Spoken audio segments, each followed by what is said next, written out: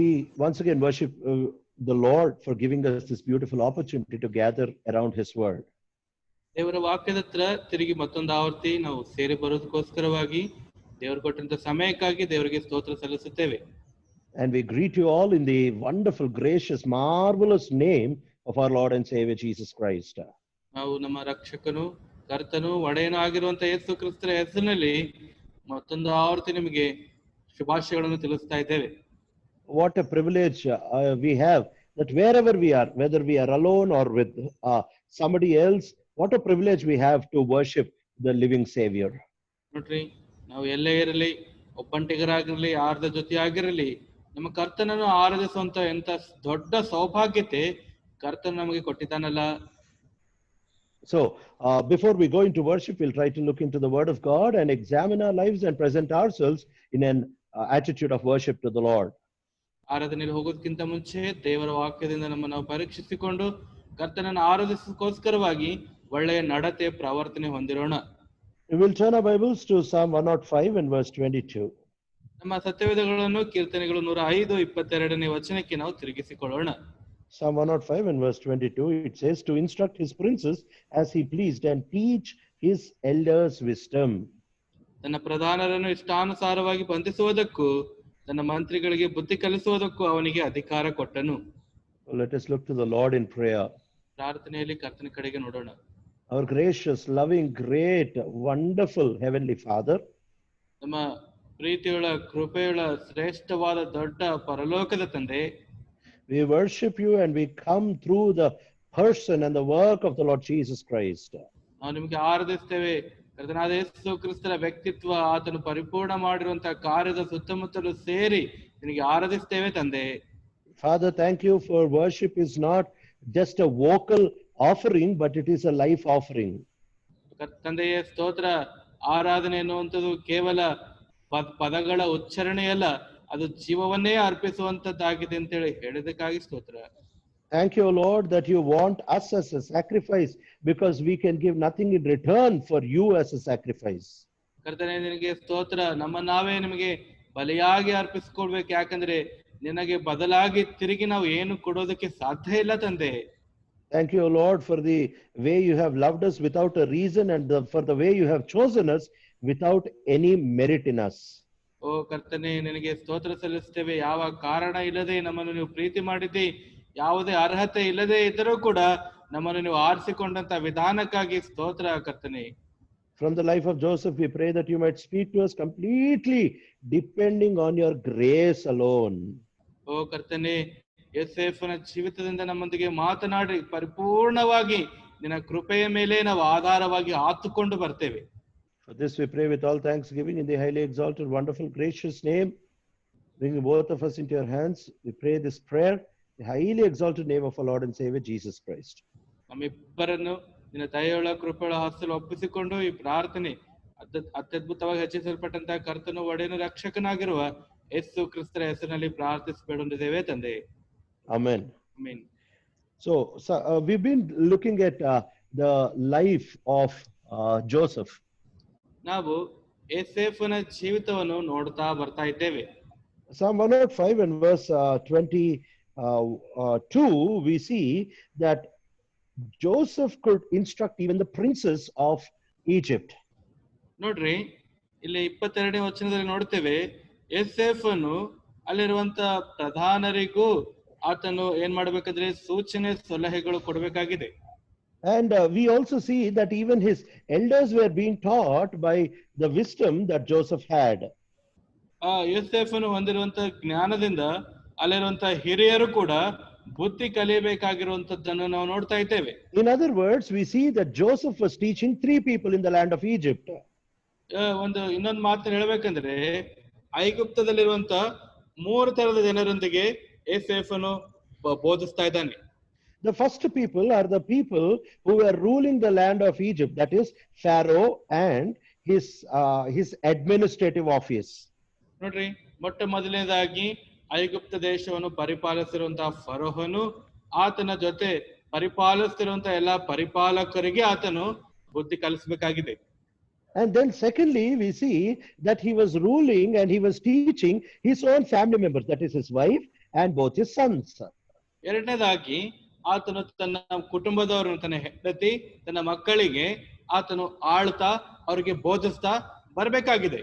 And primarily, thirdly, we see that he was also teaching his brothers, that is the house of Jacob, from the land of Egypt. ಮತ್ತೆ ಪ್ರಾಥಮಿಕವಾಗಿ ನೋಡ್ತಾ ಇದ್ದೇವೆ, ತನ್ನ ಸಹೋದರರು ತನ್ನ ಕುಟುಂಬ ಸಭ್ಯಸ್ಥರಿಗೆ ಕೂಡ ಆತನು ಬೋಧಿಸುತ್ತಾ ಕಲಿಸ್ತಾ ಬರಬೇಕಾಗಿ ಬಂತು. So what was he teaching these three people? ಈ ಮೂರು ಜನರಿಗೆ ಆತನು ಏನು ಬೋಧಿಸ್ತಾ ಇದ್ದನು? How was he teaching these three people? ಹೇಗೆ ಈ ಜನರಿಗೆ ಆತನು ಕಲಿಸ್ತಾ ಇದ್ದನು? He was teaching the people of Egypt. He was teaching the people of Egypt by the wisdom that the Spirit of God gave him. ಆತನು ಐಗುಪ್ತದ ಜನರಿಗೆ ಬೋಧಿಸ್ತಾ ಕಲಿಸ್ತಾ ಇದ್ದಾನೆ. ಯಾವ ರೀತಿಯಾಗಿ ಅಂದ್ರೆ ಪರಿಶುದ್ಧಾತ್ಮ ದೇವರ ಜ್ಞಾನದಿಂದ ಹೊಂದಿರುವಂತಹ ಜ್ಞಾನದಿಂದಲೇ. And Joseph is a forerunner, or Joseph is a foresign of the Lord Jesus Christ. ಯೋಸೇಫನು ಏನಾಗಿದ್ದಾನಂದ್ರೆ ಯೇಸು ಕ್ರಿಸ್ತರ ಮುಂಗುರುತಾಗಿದ್ದಾನೆ. ಯೇಸು ಕ್ರಿಸ್ತರ ಬರೋದಕ್ಕಿಂತ ಮುಂಚೆ ಒಂದು ಸೂಚನೆ ಆತನಾಗಿದ್ದಾನೆ. So the Lord Jesus teaches everybody, teaches all the unbelievers, those who are far from him, about the goodness of God. ಯೇಸು ಕ್ರಿಸ್ತರು ಎಲ್ಲರಿಗೂ ಬೋಧಿಸ್ತಾ ಇದ್ದಾರೆ. ಅವಿಶ್ವಾಸಿಗಳು ಪ್ರತಿಯೊಬ್ಬರಿಗೂ ದೇವರ ಒಳ್ಳೆಯಸ್ತಿಕೆ, ನಂಬಿಗಸ್ತಿಕೆ ಕುರಿತು ಯೇಸು ಕ್ರಿಸ್ತರು ಬೋಧಿಸ್ತಾ ತಿಳಿಸ್ತಾ ಇದ್ದಾರೆ. And that is why the Lord Jesus, when he was in the place of worship, he reads one scripture portion. ಅದಕ್ಕಾಗಿ ಆರಾಧನೆಯ ಸ್ಥಳದಲ್ಲಿ ಒಂದು ವಾಕ್ಯ ಭಾಗ ಯೇಸು ಕ್ರಿಸ್ತನವರು ಓದ್ತಾ ಇದ್ದಾರೆ. We'll turn our Bibles to Luke's Gospel and chapter 4. ನಮ್ಮ ಸತ್ಯವೇದಗಳನ್ನು ಲೂಕ್ ಸುವಾರ್ತೆ 4ನೇ ಅಧ್ಯಾಯಕ್ಕೆ ತಿರುಗಿಸೋಣ. Gospel according to St. Luke. In the synagogue, the Lord Jesus was reading the 18th and the 19th verse. ಸಂತ ಲೂಕನು ಬರೆದಂತ ಸುವಾರ್ತೆ 4ನೇ ಅಧ್ಯಾಯದಲ್ಲಿ ಸಭಾಮಂದಿರಕ್ಕೆ 18ನೇ ವಚನದಲ್ಲಿ ಆತನು ಓದ್ತಾ ಇದ್ದಾನೆ. The Spirit of the Lord is on me, because he has anointed me to preach the good news to the poor. He has sent me to proclaim freedom for the prisoners and recovery of sight for the blind, to release the oppressed, to proclaim the year of the Lord's favor. ಕರ್ತನ ಆತ್ಮವು ನನ್ನ ಮೇಲೆ ಅದೆ, ಆತನು ನನ್ನನ್ನು ಬಡವರಿಗೆ ಶುಭ ವರ್ತಮಾನವನ್ನು ಸಾರುವುದಕ್ಕೆ ಅಭಿಷೇಕಿಸಿದನು, ಸೆರೆಯವರಿಗೆ ಬಿಡುಗಡೆ ಹಾಕುವುದನ್ನು ಮತ್ತು ಕುರುಡರಿಗೆ ಕಣ್ಣು ಬರುವುದನ್ನು ಪ್ರಸಿದ್ಧಿಪಡಿಸೋದಕ್ಕೂ, ಮನಮುರಿದವರನ್ನು ಬಿಡಿಸಿ ಕಳಿಸೋದಕ್ಕೂ, ಕರ್ತನು ನೇಮಿಸಿರುವ ಶುಭ ವರ್ಷವನ್ನು ಪ್ರಚುರಪಡಿಸೋದಕ್ಕೂ ಆತನನ್ನು ಕಳಿಸಿದ್ದಾನೆ ಎಂಬುದು. So here we see that the Lord is preaching the good news not to the rich and not to the privileged, but to the poor in the land. ಇಲ್ಲಿ ಕರ್ತನಾದ ಯೇಸು ಕ್ರಿಸ್ತರು ಐಶ್ವರ್ಯವಂತರಿಗೂ ಸಮೃದ್ಧಿಯುಳ್ಳಂತವರಿಗಲ್ಲ, ಬಡವರಿಗೆ ಆತನ ಶುಭ ವರ್ತಮಾನವನ್ನು ಸಾರ್ತಾ ಇದ್ದಾನೆ. And he is not giving freedom, he is not proclaiming freedom to the freedom fighters or the soldiers of the land. ಆ ದೇಶದ ಸ್ವಾತಂತ್ರ್ಯ ಹೋರಾಟಗಾರರಿಗಾಗಲಿ ಸೈನಿಕರಿಗಾಗಲಿ ಆತನು ಬಿಡುಗಡೆ ಸ್ವಾತಂತ್ರ್ಯ ಕೊಡ್ತಾ ಇಲ್ಲ. He is proclaiming the freedom to those who are prisoners, that is those who are bound by the shackles of sin. ಆದರೆ ಆತನು ಬಿಡುಗಡೆ ಕೊಡ್ತಾ ಇದ್ದಾನೆ ಯಾರಿಗಂದ್ರೆ ಸೆರೆಯವರಿಗೆ, ಪಾಪದ ಬಂಧನಗಳಲ್ಲಿ ಬಂಧಿಸಲ್ಪಟ್ಟಂತವರಿಗೆ ಬಿಡುಗಡೆ ಕೊಡ್ತಾ ಇದ್ದಾನೆ. And he is not giving sight to those who have cataract problems or one eye problems or eye infections. ಮತ್ತೆ ಕಣ್ಣಿನಲ್ಲಿರುವಂತಹ ದೋಷ ಉಳ್ಳಂತವರಿಗೆ ಆತನು ದೃಷ್ಟಿ ಕಣ್ಣು ಕೊಡ್ತಾ ಇಲ್ಲ. He is giving the sight to the blind, the Bible says. Bible ಹೇಳ್ತಾ ಇದೆ ಕುರುಡರಿಗೆ ಆತನು ಕಣ್ಣು ಬರುವಂತೆ ಕಣ್ಣು ಕೊಡ್ತಾ ಇದ್ದಾನೆ. And he is releasing the oppressed of the land. ಆತನು ಆ ದೇಶದ ಜನರಿಗೆ ಏನ್ ಮಾಡ್ತಾ ಇದ್ದಾನೆ ಅಂದ್ರೆ ಬಿಡುಗಡೆ ಕೊಡ್ತಾ ಇದ್ದಾನೆ. Those who are oppressed, those who are suffering, those who are afflicted, to them he is pronouncing release. ಅಲ್ಲಿರುವಂತ ಯಾರು ಶ್ರಮೆ ಕಷ್ಟ ದುಃಖಗಳಲ್ಲಿ ಒಳಗಾಗ್ತಾ ಇದ್ದಾರೋ ಅವರೆಲ್ಲರಿಗೂ ಆತನು ಬಿಡುಗಡೆ ಸ್ವಾತಂತ್ರ್ಯ ಕೊಡ್ತಾ ಇದ್ದಾನೆ. So all this shows fourfold life of a sinner. ಇಲ್ಲಿ ಪಾಪಿಯ 4 ಅಂತಸ್ತಿನ ಜೀವಿತದ ಕುರಿತು ಮಾತಾಡ್ತಾ ಇದೆ. The richest man is the poorest fellow when it comes to the righteousness of God. ದೇವರ ನೀತಿವಂತಿಕೆಯ ಕುರಿತಾದಂತ ಮಾತು ಬಂದರೆ ಐಶ್ವರ್ಯವಂತನಾದಂತ ವ್ಯಕ್ತಿ ಪರಿಪೂರ್ಣ ಬಡವನಾಗಿರ್ತಾನೆ. You may be rich in money, you may be rich in knowledge, you may be rich in fame, and you may be rich in human power. ಮಾನವ ಶಕ್ತಿ, ಜ್ಞಾನ, ಹೆಸರು ಗಳಿಸುವಿಕೆ, ಪ್ರಖ್ಯಾತಿಯಲ್ಲಿ ನೀನು ಐಶ್ವರ್ಯವಂತನಾಗಿರ್ಬೋದು. But when it comes to the righteousness of God, the Bible very clearly says, whoever you are, however rich you are, the righteousness that you have is like filthy rags. It is the righteousness of a beggar. ಆದರೆ ದೇವರ ನೀತಿವಂತಿಕೆಯ ಮಾತು ಬಂದ್ರೆ Bible ಹೇಳುತ್ತದೆ, ನೀನು ಯಾರೇ ಆಗಿರು, ಎಂಥವನೇ ಆಗಿರು, ನಿನ್ನ ಸ್ಥಿತಿಗತಿ ಎಂಥದೇ ಆಗಿರು, ನಿನ್ನ ನೀತಿ ಕಾರ್ಯಗಳೆಲ್ಲವೂ ಹೊಲಸು ಬಟ್ಟೆಗೆ ಸಮಾನ ಅಂತ ಹೇಳಿ ಬೈಬಲ್ ಸ್ಪಷ್ಟವಾಗಿ ಹೇಳ್ತಾ ಇದೆ. In other words, the Lord says that the best clothes that you have in righteousness is like a beggar's clothes before me. ಇನ್ನೊಂದು ಮಾತಿನಲ್ಲಿ ಹೇಳ್ಬೇಕಂತಂದ್ರೆ, ನಿನ್ನ ಹತ್ರ ಇರುವಂತ, ನಿನ್ನ ಸ್ವಂತ ದೃಷ್ಟಿಯಲ್ಲಿರುವಂತಹ ಶ್ರೇಷ್ಠ ವಸ್ತ್ರಗಳು ಭಿಕ್ಷಕನ ವಸ್ತ್ರಗಳಾಗಿ ದೇವರ ದೃಷ್ಟಿಯಲ್ಲಿ ಕಾಣ್ತಾ ಇವೆ. In other words, the Lord says that to the Laodicean church, you think you are rich, you think you have money, you think you have everything, but in my sight you are naked, you are poor, you are wretched. ಇನ್ನೊಂದು ಮಾತಿನಲ್ಲಿ ನೋಡ್ತೇವೆ, ಲವೋದಿಕೀಯರ ಸಭೆಗೆ ಕರ್ತನು ಹೇಳ್ತಾ ಇದ್ದಾನೆ, ನೀನು ಐಶ್ವರ್ಯವಂತನಾಗಿದ್ದೆ, ಸರ್ವಸಂಪನ್ನ ಉಳ್ಳವನಾಗಿದ್ದೆ, ಎಲ್ಲದರಲ್ಲಿ ನನಗೆ ಬಹಳಷ್ಟು ನಾನು ಸೌಭಾಗ್ಯವುಳ್ಳವನಾಗಿದ್ದೆ, ಆದ್ರೆ ದೇವರ ದೃಷ್ಟಿಯಲ್ಲಿ ನೀನು ಕೊರತೆ ಉಳ್ಳಂತವನು, ದೌರ್ಭಾಗ್ಯನು, ಬಟ್ಟೆ ಇಲ್ಲದವನು, ಬೆತ್ತಲೆಯಾಗಿದೆ ಅಂತ ಹೇಳಿ ದೇವರು ವಾಕ್ಯ ಹೇಳ್ತಾ ಇದೆ. And the Lord says, you are poor, you are wretched, you are blind, you are completely nobody before me. ಆದ್ರೆ ಕರ್ತನು ಹೇಳ್ತಾ ಇದ್ದಾನೆ ಏನಂದ್ರೆ, ನೀನು ಬಹಳ ಬಡವನಾಗಿದ್ದಿ, ದೌರ್ಭಾಗ್ಯದವನಾಗಿದ್ದಿ, ನೀನು ದೇವರ ದೃಷ್ಟಿಯಲ್ಲಿ ನೀಚನಾಗಿದ್ದಿ ಅಂತ ಹೇಳಿ ದೇವರ ವಾಕ್ಯ ಸ್ಪಷ್ಟವಾಗಿ ಹೇಳ್ತಾ ಇದೆ. So the Lord Jesus was anointed by the Spirit of God in order to bring the gospel to those who were not physically or those who were not humanly poor but spiritually poor. ಕರ್ತನಾದ ಯೇಸು ಕ್ರಿಸ್ತರು ಯಾವ ಬಡವರಿಗೆ ಆತನು ಶುಭ ಸಂದೇಶ ತರ್ತಾ ಇದ್ದಾನೆಂದ್ರೆ, ಭೌತಿಕವಾಗಿ ಶಾರೀರಿಕವಾಗಿ ಅಲ್ಲ, ಆತ್ಮಿಕವಾಗಿ ಬಡವರಾದಂತವರಿಗೆ ಶುಭ ಸಂದೇಶ ಆತ ಅವರ ಹತ್ರ ತರ್ತಾ ಇದ್ದಾನೆ. And nobody in this world is born spiritually rich. There can be many people who are born physically rich, but there is not even a single person who is born spiritually rich. ಈ ಲೋಕದಲ್ಲಿ ಯಾರು ಕೂಡ ಆತ್ಮೀಯವಾಗಿ ಐಶ್ವರ್ಯವಂತರಾಗಿ ಜನ್ಮಿಸಿಲ್ಲ. ಲೋಕದಲ್ಲಿ ಶಾರೀರಿಕವಾಗಿ ಭೌತಿಕವಾಗಿ ಬಹು ಐಶ್ವರ್ಯವಂತರಾಗಿ ಜನ್ಮಿಸಿದವರು ಬಹಳ ಇರಬಹುದು, ಆದ್ರೆ ಆತ್ಮಿಕವಾಗಿ ಐಶ್ವರ್ಯವಂತರಾಗಿ ಜನ್ಮಿಸಿದವರು ಒಬ್ಬರು ಕೂಡ ಇಲ್ಲ. Everyone is born as spiritually dead, everyone is born spiritually poor, and everybody is born spiritually like a beggar. ಪ್ರತಿಯೊಬ್ಬರು ಆತ್ಮಿಕವಾಗಿ ಭಿಕ್ಷಕರಾಗಿ, ಆತ್ಮಿಕರಾಗಿ ಕುರುಡರಾಗಿ, ಆತ್ಮಿಕರಾಗಿ ಭಿಕ್ಷಗಾರರಾಗಿಯೇ ಜನ್ಮಿಸಿದ್ದಾರೆ. That was our situation before we came to know the Lord. ಕರ್ತನನ್ನು ತಿಳಿಯೋದಕ್ಕಿಂತ ಮುಂಚೆ ನಮ್ಮ ಪರಿಸ್ಥಿತಿ ಇದಾಗಿತ್ತು. And then we were prisoners. You may be the strongest person moving around, but you are a prisoner. ನೀನು ಬಲವುಳ್ಳವಂತನಾಗಿದ್ದರು, ನೀನು ಆ ಕಡೆ ಈ ಕಡೆ ಸ್ವತಂತ್ರವಾಗಿ ಚಲಿಸ್ತಾ ಇದ್ದರು, ನೀನು ಒಬ್ಬ ಸೆರೆಯವನಾಗಿದ್ದಿ. Many people thought that Samson is the strongest man, but throughout almost his life, he lived in a prison. ಅನೇಕರು ಅನ್ಕೋತಾರೆ ಸಾಮ್ಸನನು ಬಹು ಬಲಶಾಲಿಯಾದಂತ ವ್ಯಕ್ತಿ, ಆದರೆ ತನ್ನ ಜೀವಿತದ ಅಂತ್ಯದವರೆಗೂ ಆತನ ಒಂದು ಸೆರೆಯಲ್ಲಿ ಜೀವಿಸ್ತಾ ಇದ್ದನು. Maybe he was living in the physical prison of Philistines only for very few days. ಸ್ವಲ್ಪ ದಿನಗಳು ಮಾತ್ರ ಭೌತಿಕವಾಗಿ ಫಿಲಿಸ್ತಿಯರ ಬಂಧನದಲ್ಲಿ ಮಾತ್ರ ಆತ ಇದ್ದಂಗೆ ಕಾಣಬಹುದು. But almost throughout his life, he lived in the prison of lust. He lived in the prison of adultery. He lived in the prison of unfaithfulness. ಆದರೆ ತನ್ನ ಜೀವಿತದ ಅನೇಕ ದಿನಗಳು ಆತನ ಶರೀರಾಶೆ, ವ್ಯಭಿಚಾರ, ದೌರ್ಭಾಗ್ಯವಾದಂತಹ ಜೀವಿತದಲ್ಲಿ, ಆತನು ಶಾರೀರಿಕವಾದಂತಹ ಈ ಪಾಪದ ಜೀವಿತದಲ್ಲಿ ಅನೇಕ ದಿನಗಳು ಬಂಧನದಲ್ಲಿ, ಸೆರೆಯಲ್ಲಿ ಜೀವಿಸ್ತಾ ಇದ್ದನು. He had the name that he was a Nazarite. He had the name that he was a judge of the land of Israel. He had the name that he was anointed by God.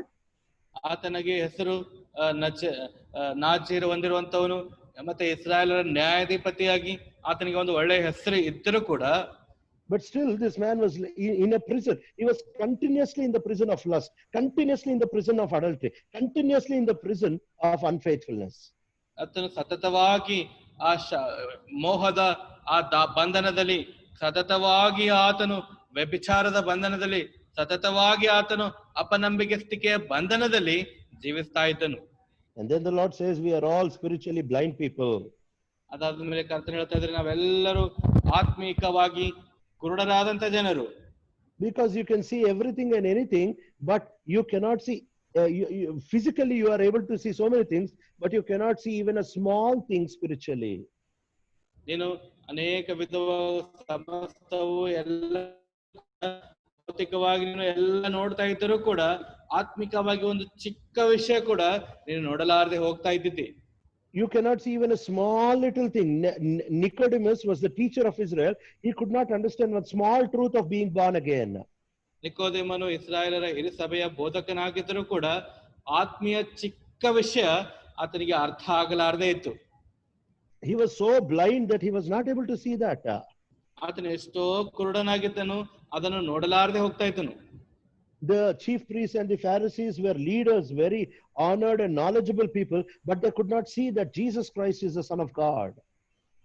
ಪ್ರಧಾನ ಯಾಜಕರು, ನಾಯಕರು, ಹಿರಿಯರು, ಶಾಸ್ತ್ರಿಗಳು ವಿಸ್ತಾರವಾದಂತಹ ಶಾಸ್ತ್ರ ಜ್ಞಾನ ಹೊಂದಿದ್ದರೂ ಕೂಡ ಕರ್ತನಾದ ಯೇಸು ಕ್ರಿಸ್ತರು ನಿಜವಾದ ರಕ್ಷಕನು ಅಂತೇಳಿ ಆ ಚಿಕ್ಕ ವಿಷಯ, ಆತ್ಮೀಯ ವಿಷಯ ಅವರು ತಿಳಿಯದೆ ಅರಿಯದೇ ಇದ್ದರು. We may be rich physically, but we were all poor. We were all like beggars. We were all zero spiritually. ನಾವು ಭೌತಿಕವಾಗಿ ಬಹು ಐಶ್ವರ್ಯವಂತರಾಗಿದ್ದರೂ ಕೂಡ ಆತ್ಮಿಕವಾಗಿ ಭಿಕ್ಷುಕರಾಗಿ, ಆತ್ಮಿಕವಾಗಿ ನಮ್ಮ ಸ್ಥಿತಿಗತಿ ಶೂನ್ಯ ಸ್ಥಿತಿಯಲ್ಲಿತ್ತು. We thought we are seeing so many things, we are seeing so many people, we are seeing so many locations, but actually we were not able to see even a single thing that belonged to the spirit world.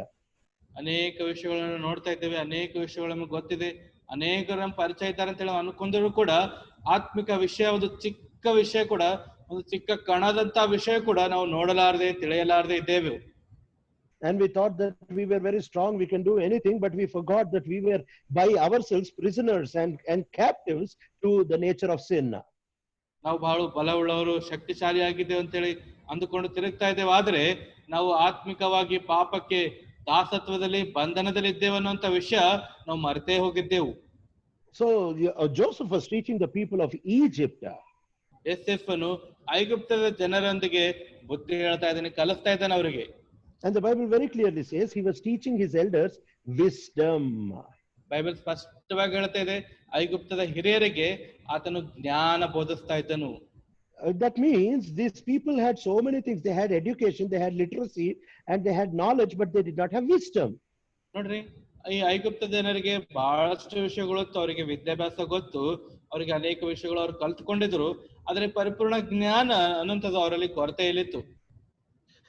One day a young man asked a servant of the Lord, in this age where everybody has a smartphone, why should we believe the Bible and why should we come and attend church?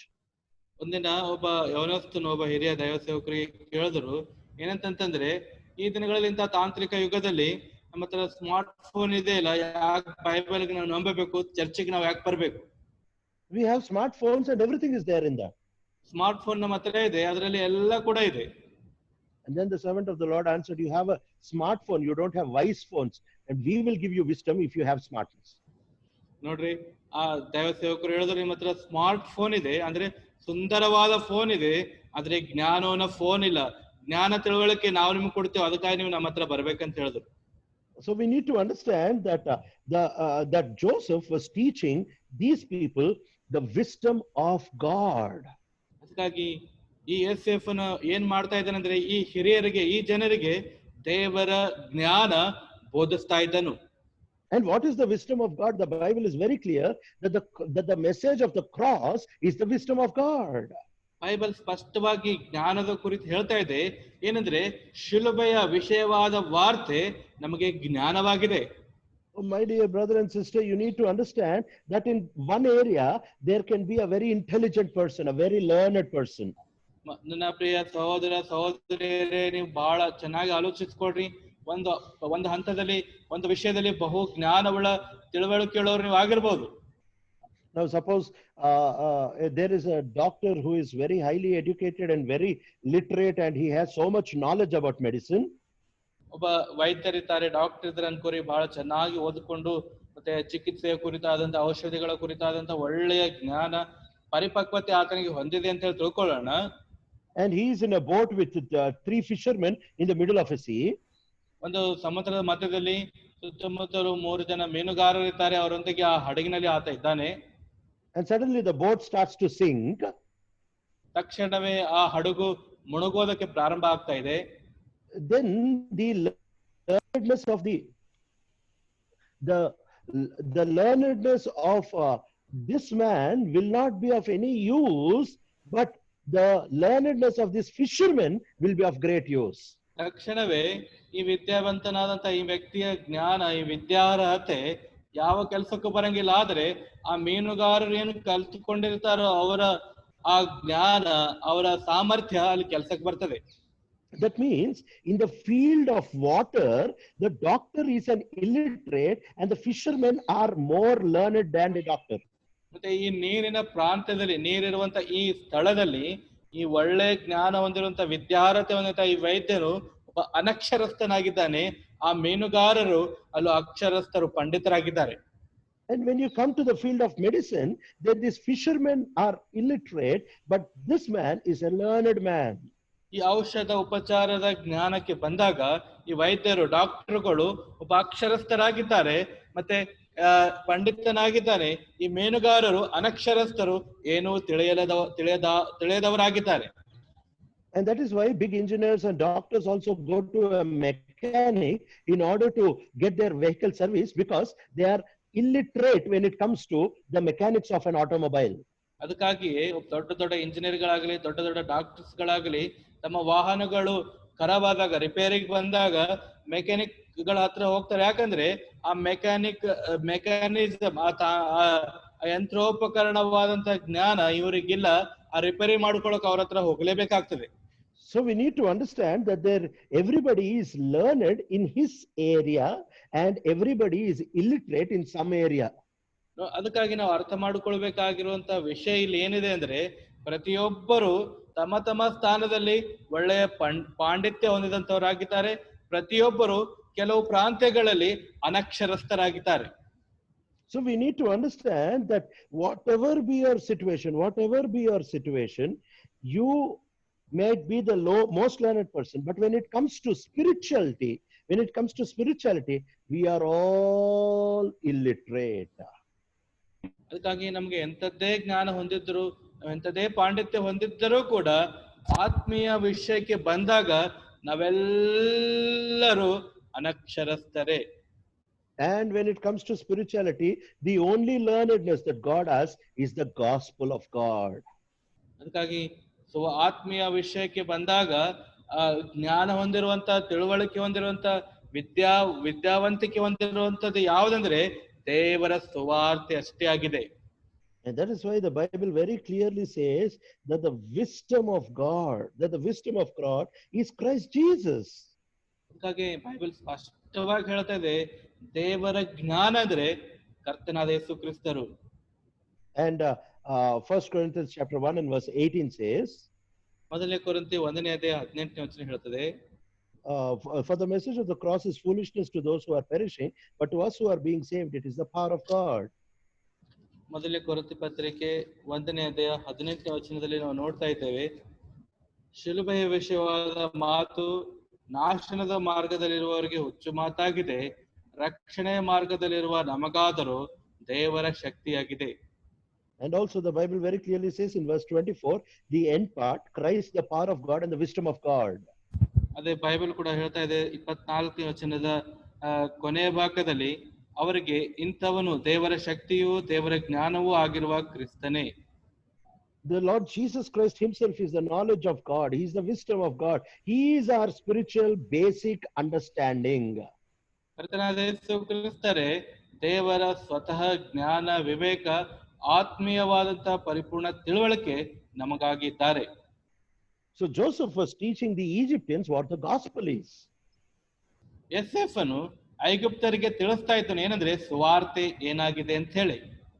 And secondly, when you come to his own family, that is his wife and his children, ಮತ್ತೆ ಎರಡನೇದಾಗಿ ತನ್ನ ಕುಟುಂಬ, ತನ್ನ ಮಕ್ಕಳೊಂದಿಗೆ, ತನ್ನ ಹೆಂಡತಿಯೊಂದಿಗೆ ಅವರು ಏನ್ ಬೋಧಿಸ್ತಾ ಇದ್ದಾರೆ ಅಂದ್ರೆ, he was teaching them how to get along in spiritual life, how to go ahead in spiritual life. ಆತ್ಮೀಯ ಜೀವಿತದಲ್ಲಿ ಯಾವ ರೀತಿಯಾಗಿ ಮುಂದೆ ಸಾಗಬೇಕು, ಆತ್ಮೀಯ ಜೀವಿತದಲ್ಲಿ ಯಾವ ರೀತಿಯಾಗಿ ನಾವು ಎದ್ದು ಹೊರಗಡೆ ಬರ್ಬೇಕನ್ನುವಂಥದ್ದನ್ನು ಆತನು ತಿಳಿಸ್ತಾ ಇದ್ದನು. He was teaching his sons how to come under the blessing and the hands of Jacob. ಯಾಕೋಬನ ಆಶೀರ್ವಾದ ಉಳ್ಳಂತ ಹಸ್ತದ ಕೆಳಗಡೆ ಯಾವ ರೀತಿಯಾಗಿ ಬರಬೇಕು ಯೋಸೇಫನು ತನ್ನ ಮಕ್ಕಳಿಗೆ ಕಲಿಸ್ತಾ ಇದ್ದನು. He was teaching his children how to give priorities, not according to their birth and their knowledge, but according to the leading of the calling of God. ಅವರ ಜನ್ಮ ಸಿದ್ಧ ಹಕ್ಕು, ಅವರ ಜ್ಞಾನದ ಕುರಿತು ಯಾವ ರೀತಿಯಾಗಿ ಮುಂದೆ ಬರ್ಬೇಕಂತ ಹೇಳಲ್ಲ, ದೇವರ ಕರೆಯುವಿಕೆಯ ಜ್ಞಾನದ ಮೂಲಕ ಯಾವ ರೀತಿಯಾಗಿ ಮುಂದೆ ಬರಬೇಕು, ಆ ಅಧೀನತೆಯಲ್ಲಿ ಇರ್ಬೇಕು ಅನ್ನುವಂಥದ್ದನ್ನು ಎಸ್ಎಫ್ ಅನ್ನು ತನ್ನ ಮಕ್ಕಳಿಗೆ ಕಲಿಸ್ತಾ ಇದ್ದನು. So he was teaching them Christian life, how to go along in Christian life. ಕ್ರೈಸ್ತವ ಜೀವಿತದಲ್ಲಿ ಹೇಗೆ ಸಾಗಿ ಹೋಗಬೇಕನ್ನುವಂಥದ್ದನ್ನು ಎಸ್ಎಫ್ ಅನ್ನು ಮಕ್ಕಳಿಗೆ ಕಲಿಸ್ತಾ ಇದ್ದನು. And thirdly, we see that Joseph was teaching his own brothers how to go to the promised land.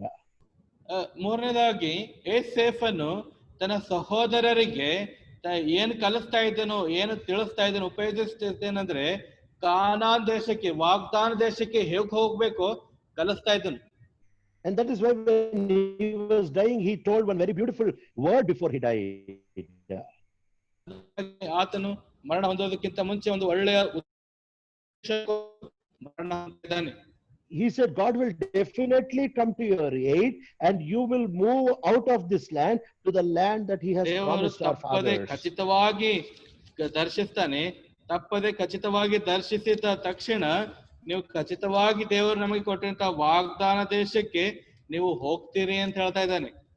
So he prepared all his brothers, the brothers who were lost in cheating, deceiving, murder and all these kinds of things. He prepared them for the promised land.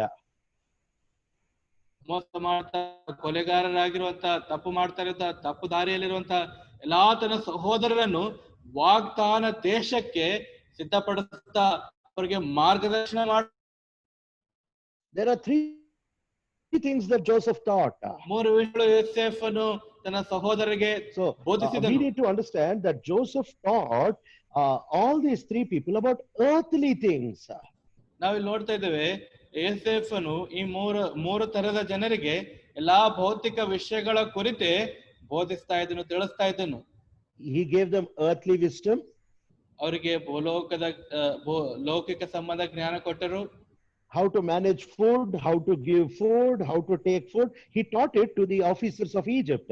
ಯಾವ ರೀತಿಯಾಗಿ ಆಹಾರ ಸಂಪಾದಿಸಬೇಕು, ಯಾವ ರೀತಿಯಾಗಿ ಆಹಾರ ಸರಬರಾಜು ಮಾಡಬೇಕು, ಯಾವ ರೀತಿ ಆಹಾರವನ್ನು ಉಪಯೋಗಿಸಿಕೊಳ್ಬೇಕು ಅನ್ನುವಂಥದ್ದು ಐಗುಪ್ತದ ಅಧಿಕಾರಿಗಳಿಗೆ he taught his children how to walk, how to talk, how to study, how to live, how to eat and how to sleep.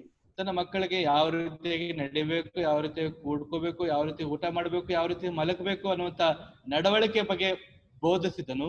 And he taught his brothers how to go to another land, a land that the Lord has given us a promise, a land called the land of Canaan. ತನ್ನ ಸಹೋದರರಿಗೆ ಆ ಬೇರೆ ದೇಶಕ್ಕೆ, ವಾಗ್ದಾನದ ದೇಶಕ್ಕೆ, ಕಾನಾನ್ ದೇಶಕ್ಕೆ ಹೇಗೆ ಹೋಗಬೇಕನ್ನುವಂಥದ್ದನ್ನು ತನ್ನ ಸಹೋದರರಿಗೆ ತಿಳಿಸಿ ಬೋಧಿಸಿದನು. And when you come to the Lord Jesus Christ, ಆದ್ರೆ ಕರ್ತನಾದ ಯೇಸು ಕ್ರಿಸ್ತನ ಹತ್ರ ನೀನು ಬಂದಾಗ, he teaches us not just how to manage food, but how to manage spiritual truths and how to accept the Lord as our personal savior. ಆತನು ಊಟದ ವಿಷಯವಾಗಿ ಅಷ್ಟೇ ಅಲ್ಲ, ಆತ್ಮೀಯ ವಿಷಯಗಳನ್ನು ಯಾವ ರೀತಿಯಾಗಿ ನೀನು ಬಳಸ್ಕೊಳ್ಬೇಕು ಅಷ್ಟೇ ಅಲ್ಲ, ಕರ್ತನಾದ ಯೇಸು ಕ್ರಿಸ್ತರನ್ನು ರಕ್ಷಕನಾಗಿ ಯಾವ ರೀತಿಯಾಗಿ ಸ್ವೀಕರಿಸಬೇಕು ಅನ್ನುವಂಥದ್ದನ್ನು ಆತ ನಿನಗೆ ಬೋಧಿಸುವಂತನು, ತಿಳಿಸುವಂತನಾಗಿದ್ದಾನೆ. And he constantly teaches you basic things, elementary things from the word of God to make you strong. ಆತನು ಸತತವಾಗಿ ಪ್ರಾಥಮಿಕವಾದಂತ, ಅತ್ಯವಶ್ಯಕವಾದಂತ ಬುನಾದಿ ಮಾತುಗಳನ್ನು ನಿನಗೆ ತಿಳಿಸುತ್ತಾ, ಬೋಧಿಸುತ್ತಾ ನಿನ್ನನ್ನು ಬಲವುಳ್ಳವನಾಗಿ, ಸಾಮರ್ಥ್ಯವುಳ್ಳವನಾಗಿ ಆತ ಮಾಡ್ತಾನೆ. And he not only bringing us into salvation and teaching us the basic things, elementary things about spiritual life. ರಕ್ಷಣೆ ಮಾರ್ಗದಲ್ಲಿ ತರೋದು ಅಷ್ಟೇ ಅಲ್ಲದೆ, ಮತ್ತೆ ರಕ್ಷಣೆಯ ಪ್ರಾಥಮಿಕವಾದ ಬುನಾದಿಯ ಸತ್ಯಗಳನ್ನು ಆತನು ತಿಳಿಸುವಂತದ್ದು ಅಷ್ಟೇ ಅಲ್ಲದೆ, but then he brings us into the second stage, that he changes our life, the nature, the talk, the walk into a spiritual attitude. ಎರಡನೇದಾಗಿ ನಮ್ಮ ಆತ್ಮೀಯ ನಡವಳಿಕೆ, ಪ್ರವರ್ತನೆ, ಮಾತು, ನಡವಳಿಕೆ ಎಲ್ಲವೂ ಒಂದು ಪರಿಪೂರ್ಣವಾದಂತಹ ಪರಿಪಕ್ವತೆಯಲ್ಲಿ ನಮ್ಮನ್ನು ನಡೆಸುವಂತನಾಗಿರ್ತಾನೆ. The difference between the Old Testament and the New Testament is, ಹಳೆ ಒಡಂಬಡಿಕೆ ಹೊಸ ಒಡಂಬಡಿಕೆಗಿರುವಂತಹ ವ್ಯತ್ಯಾಸ ಏನಂದ್ರೆ, in the Old Testament God was sitting in heaven and telling people what to do and what not to do. ಹಳೆ ಒಡಂಬಡಿಕೆಯಲ್ಲಿ ದೇವರು ಪರಲೋಕದಲ್ಲಿ ಕೂತ್ಕೊಂಡು ಜನರಿಗೆ ಏನ್ ಮಾಡ್ಬೇಕು, ಏನ್ ಮಾಡಬಾರ್ದು ಅನ್ನೋಂಥದ್ದು ಬೋಧಿಸ್ತಾ ಇದ್ದರು. But in the New Testament, God came down and became man, and he showed his life and said, this is how you should live. ಹೊಸ ಒಡಂಬಡಿಕೆಯಲ್ಲಿ ದೇವರು ಮನುಷ್ಯನಾಗಿ ಲೋಕಕ್ಕೆ ಬಂದು ತಾನು ಜೀವಿಸಿ ತೋರಿಸುದನು, ನೀವು ಈ ರೀತಿಯಾಗಿ ಜೀವಿಸಿರಿ ಅನ್ನುವಂತ ಉದಾಹರಣೆ ಮಾದರಿ ಕೊಟ್ಟು ಬಿಟ್ಟನು.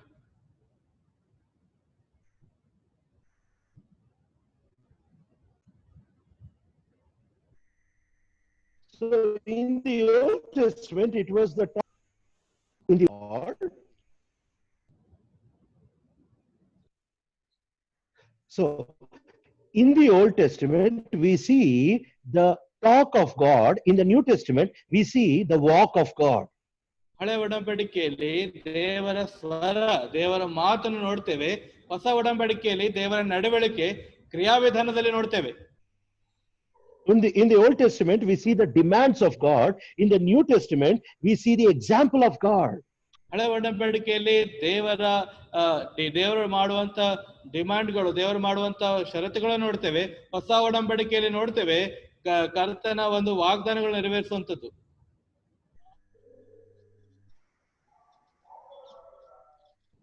In the Old Testament, we see what they do, but in the New Testament, we see how the Lord is. In the Old Testament, we see that the Lord is telling us what to do. ಹಳೆ ಒಡಂಬಡಿಕೆ ನೋಡ್ತೇವೆ ನಾವು ಕರ್ತನು ಏನು ಮಾಡಬೇಕನ್ನುವಂತ ಹೇಳ್ತಾರೆ. In the New Testament, the Lord Jesus is teaching us how to do it. ಹೊಸ ಒಡಂಬಡಿಕೆಯಲ್ಲಿ ಕರ್ತನಾದ ಯೇಸು ಕ್ರಿಸ್ತರು ತೋರಿಸ್ತಾ ಇದ್ದಾರೆ ಹೇಗೆ ಮಾಡಬೇಕು. In the New Testament, it's all about outside life and how to manage your outside life. ಹಳೆ ಒಡಂಬಡಿಕೆಯಲ್ಲಿ ಎಲ್ಲ ಹೊರಗಿನ ಜೀವಿತವನ್ನು ಯಾವ ರೀತಿಯಾಗಿ ನೀವು ಸಂಭಾಳಿಸ್ಕೊಳ್ಬೇಕು ಅನ್ನುವಂಥದ್ರ ಕುರಿತಾಗಿರ್ತದೆ. In the New Testament, it is your inside life and how your inside life will control your outside life. ಹೊಸ ಒಡಂಬಡಿಕೆಯಲ್ಲಿ ಎಲ್ಲವೂ ನಿಮ್ಮ ಆಂತರಿಕ ಜೀವಿತದ ಕುರಿತಾಗಿರ್ತದೆ.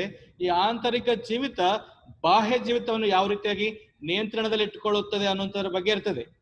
So all these beautiful, glorious, very sweet experiences the Lord Jesus gives us.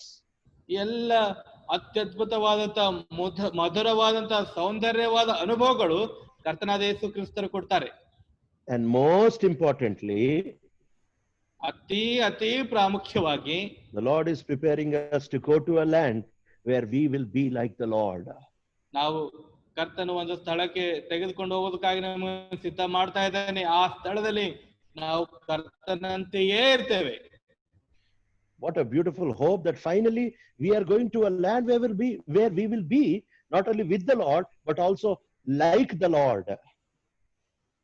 ಎಂತ ದೊಡ್ಡ ಸೌಂದರ್ಯವುಳ್ಳಂತ ಮಹಿಮೆಯುಳ್ಳಂತ ನಿರೀಕ್ಷೆ ಇದಲ್ಲ. ನಾವು ಒಂದು ಸ್ಥಳಕ್ಕೆ ಹೋಗ್ತೇವೆ, ಕರ್ತನಿರುವಂತಹ ಸ್ಥಳಕ್ಕೆ ಅಷ್ಟೇ ಅಲ್ಲ, ಕರ್ತನಂತೆ ನಾವು ಆಗುತ್ತೇವೆ ಅನ್ನುವಂತ ದೊಡ್ಡ ಒಂದು ಸುಂದರ ನಿರೀಕ್ಷೆ ನಮಗೆ ಕೊಟ್ಟಿದ್ದಾನೆ. And today we have this threefold teaching from the Lord Jesus Christ. ಈ ದಿನ ಈ ಮೂರಂತಸ್ತಿನ ಬೋಧನೆ ಕರ್ತನಾದ ಯೇಸು ಕ್ರಿಸ್ತರಲ್ಲಿ ನಮಗಿದೆ. All this happened because of the sacrifice on the cross.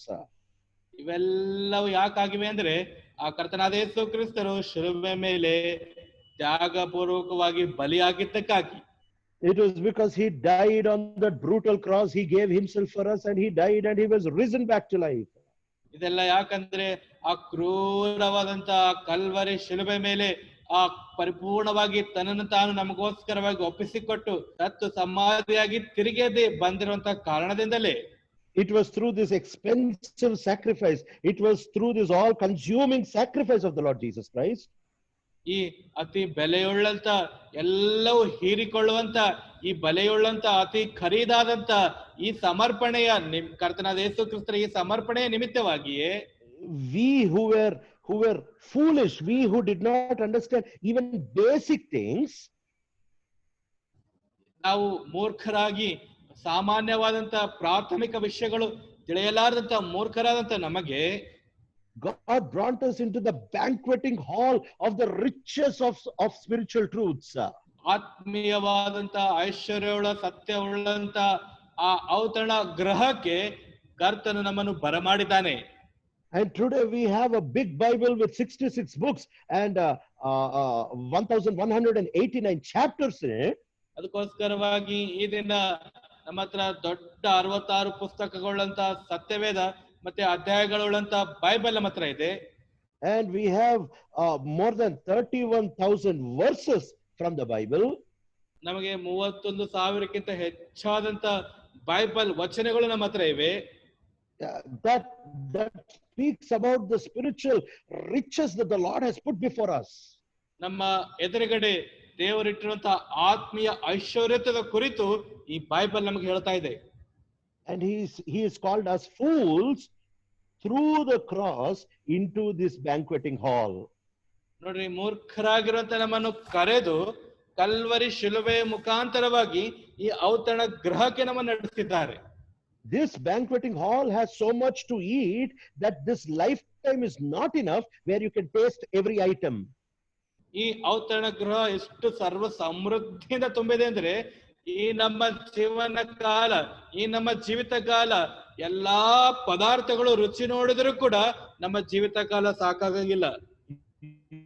No human being is capable enough to walk throughout the banqueting hall and say, I have finished the taste of the banqueting hall.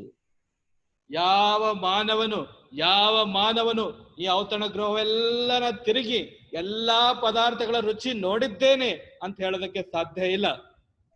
And one day we are going to the blessed place where we will not only see the taste of what God gave, but the taste of God himself.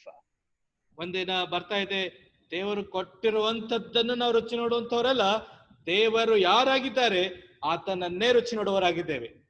Billions of years will seem like an evening that has just passed away. ಸಾವಿರಾರು ವರ್ಷಗಳು ಮತ್ತೆ ಕಳೆದು ಹೋದಂತ ಒಂದು ಸಾಯಂಕಾಲದಕ್ಕಿಂತ ಹೆಚ್ಚಾಗಿರ್ತವೆ. Because you will be lost in the taste, you will be lost in the sweetness, you will be lost in the glory of the blessedness of the Lord Jesus Christ. ಯಾಕಂದ್ರೆ ಕರ್ತನಾದ ಯೇಸು ಕ್ರಿಸ್ತನ ಮಹಿಮೆಯುಳ್ಳ ಮಧುರವುಳ್ಳ ಆ ಅತಿ ರುಚಿಕರವಾದಂತ ಆ ರುಚಿಯಲ್ಲಿ ನೀನು ಪರಿಪೂರ್ಣವಾಗಿ ಮುಳುಗಿ ಕಳ್ಕೊಂಡು ಹೋಗಿರ್ತೀಯ. And we will be kings and priests not because of the crown we wear or because of the throne on which we are going to sit. ನಾವು ರಾಜರು, ಪ್ರಧಾನರು, ಯಾಜಕರಾಗಿರ್ತೇವೆ, ನಮ್ಮಲ್ಲಿ ಕಿರೀಟ ಇದೆ, ನಾವು ಕೂತ್ಕೊಳ್ಳುವಂತ ಸಿಂಹಾಸನದ ನಿಮಿತ್ತವಾಗಿ ಅಲ್ಲ. It is because of the richness. It is because of the richness of the knowledge of the Lord Jesus Christ that you will be enjoying throughout all eternity. ಇದೆಲ್ಲ ಯಾತಕ್ಕೆ ಈ ಎಲ್ಲ ಆಗೋದಕ್ಕೆ ಕಾರಣ ಏನಂದ್ರೆ ಕರ್ತನಾದ ಯೇಸು ಕ್ರಿಸ್ತರ ಪರಿಪೂರ್ಣ ಜ್ಞಾನದ ಐಶ್ವರ್ಯದ ನಿಮಿತ್ತವಾಗಿ ನೀವು ಇವೆಲ್ಲವೂ ರುಚಿ ನೋಡುತ್ತಾ ರಾಜರಾಗಿ ಪ್ರಧಾನರಾಗಿರ್ತೀರ. He has taken us fools. ಆತನು ಮೂರ್ಖರಾದಂತ ನಮ್ಮನ್ನು ತೆಗೆದುಕೊಂಡಿದ್ದಾನೆ. He has brought us to the cross. ಆತನು ಶಿಲುಬೆಯ ಹತ್ರ ತಂದಿದ್ದಾನೆ. Now he brings us into the banqueting hall. ಈಗ ನಮ್ಮನ್ನು ಆತನು ಔತಣದ ಶಾಲೆಗೆ, ಔತಣ ಗೃಹಕ್ಕೆ ತರ್ತಾ ಇದ್ದಾನೆ. One day we will be with the Lord, enjoying and knowing the riches of the Lord Jesus Christ that no unbeliever, scientist or a learned person, poet, nobody can ever know. ಯಾವ ಅವಿಶ್ವಾಸಿ, ಯಾವ ಕವಿ, ಯಾವ ಭೂಲೋಕದ ಜ್ಞಾನಿ, ಯಾವುದೇ ಭೂಲೋಕದ ತತ್ವಜ್ಞಾನಿ, ವಿಜ್ಞಾನಿ ಕೂಡ ರುಚಿ ನೋಡಲಾರದಂತ ಆ ಸೌಂದರ್ಯ, ಆ ಮಹಿಮೆ ಕರ್ತನಾದ ಯೇಸು ಕ್ರಿಸ್ತರಲ್ಲಿ ಸತತವು ಯುಗ ಯುಗಗಳು ನಾವು ರುಚಿ ನೋಡುವಂತವರಾಗಿರ್ತೇವೆ. Today this foolish world knows the taste of riches, the taste of lust, the taste of fame and strength. ಈ ದಿನ ಈ ಲೋಕ, ಈ ಇಹಲೋಕದ ಮೂರ್ಖರು ತಮ್ಮ ಐಶ್ವರ್ಯ, ತಮ್ಮ ಜ್ಞಾನ, ತಮ್ಮ ಸಂಪತ್ತು, ಭೂಲೋಕದ ಇಹಲೋಕದ ಈ ವಿಷಯಗಳ ರುಚಿ ಮಾತ್ರ ಅವ್ರಿಗೆ ಗೊತ್ತಿದೆ. But we will taste the greatest taste of the whole universe. We will taste the Creator himself.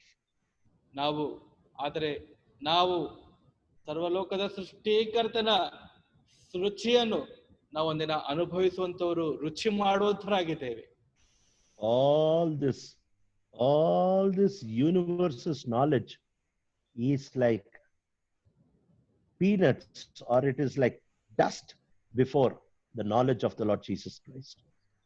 ಈ ಭೂಲೋಕದ, ಈ ಸರ್ವಲೋಕದ ಜ್ಞಾನವೆಲ್ಲವೂ ಕರ್ತನಾದ ಯೇಸು ಕ್ರಿಸ್ತರ ಜ್ಞಾನದ ಎದುರುಗಡೆ ಧೂಳು ಕಸಕ್ಕೆ ಸಮಾನವಾಗಿದೆ. We have come into this knowledge not because we were wise, but he has brought us fools through the cross. ನಾವು ಜ್ಞಾನಿಗಳಾಗಿದ್ದೇವೆ ಅಂತೇಳಿ ಈ ಅನುಭವಕ್ಕೆ ರುಚಿ ನೋಡೋದಕ್ಕೆ ನಾವು ಬಂದಿಲ್ಲ, ಆದರೆ ಮೂರ್ಖರಾದಂತ ನಮ್ಮನ್ನು ಶಿಲುಬೆ ಹತ್ರ ಆತ ತಂದಿದ್ದಾನೆ. Let us worship the Lord for his cross and for the future promise that the Lord has given us. ಕರ್ತನಾದ ಯೇಸು ಕ್ರಿಸ್ತರ ಶಿಲುಬೆಯ ನಿಮಿತ್ತವಾಗಿ ಅಷ್ಟೇ ಅಲ್ಲ, ಭವಿಷ್ಯಕ್ಕಾಗಿ ಆತ ಕೊಟ್ಟಿರುವ ವಾಗ್ದಾನ ನಿಮಿತ್ತವಾಗಿ ಕರ್ತನನ್ನು ನಾವೆಲ್ಲರೂ ಸೇರಿ ಆರಾಧಿಸೋಣ. Let us pray. ಪ್ರಾರ್ಥನೆ ಮಾಡೋಣ. Our gracious, loving, living Heavenly Father, ಕೃಪೆ ಹೇಳುವಂತ, ದಯೆ ಹೇಳುವಂತ, ಪ್ರೀತಿ ಹೇಳುವಂತ ನಮ್ಮ ಪರಲೋಕದ ತಂದೆ, thank you for the person of the Lord Jesus Christ. ಕರ್ತನಾದ ಯೇಸು ಕ್ರಿಸ್ತರ ವ್ಯಕ್ತಿತ್ವದ ನಿಮಿತ್ತವಾಗಿ ನನಗೆ ಕೃತಜ್ಞತೆಗಳು ತಂದೆ. Father, we thank you for you have selected fools and you are building them into divine wisdom. ಮೂರ್ಖರಾದಂತ ನಮ್ಮನ್ನು ನೀನು ಆರಿಸಿಕೊಂಡು ದೈವಿಕ ಜ್ಞಾನದಲ್ಲಿ ನಮ್ಮನ್ನು ಕಟ್ಟುತ್ತಾ ಇರುವುದಕ್ಕಾಗಿ ನನಗೆ ಕೃತಜ್ಞತೆಗಳು ತಂದೆ. Thank you for the sacrifice on the cross, that you gave your everything to make us enjoy eternity. ಓ ತಂದೆ, ಕಲ್ವರಿ ಶಿಲುಬೆಗಾಗಿ ಸ್ತೋತ್ರ. ಸಂಪೂರ್ಣವಾಗಿ ನೀನು ಶಿಲುಬೆ ಮೇಲೆ ಖಾಲಿ ಮಾಡಿಕೊಂಡು ನಿತ್ಯತ್ವಕ್ಕೂ ಸರ್ವ ಸಮೃದ್ಧಿ ಅನುಭವಿಸುವಂತೆ ಮಾಡಿದಕ್ಕಾಗಿ ಕೃತಜ್ಞತೆಗಳು. Bless our time of worship. ನಮ್ಮ ಆರಾಧನೆಯ ಸಮಯವನ್ನು ಆಶೀರ್ವದಿಸು. This we pray in the highly exalted name of our Lord and Savior Jesus Christ.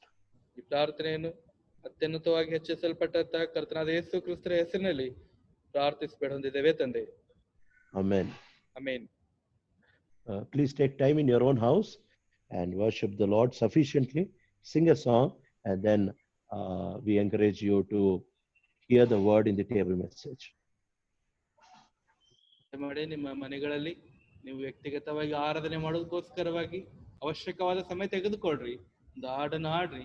ಅದಾದ ನಂತರ ಮತ್ತೆ ಆ ಮೇಜಿನ ಸಂದೇಶ ಕೇಳೋದಕ್ಕೋಸ್ಕರವಾಗಿ ನಿಮಗೆ ನಾವು ಹುರಿದುಂಬಿಸುತ್ತೇವೆ. Thank you.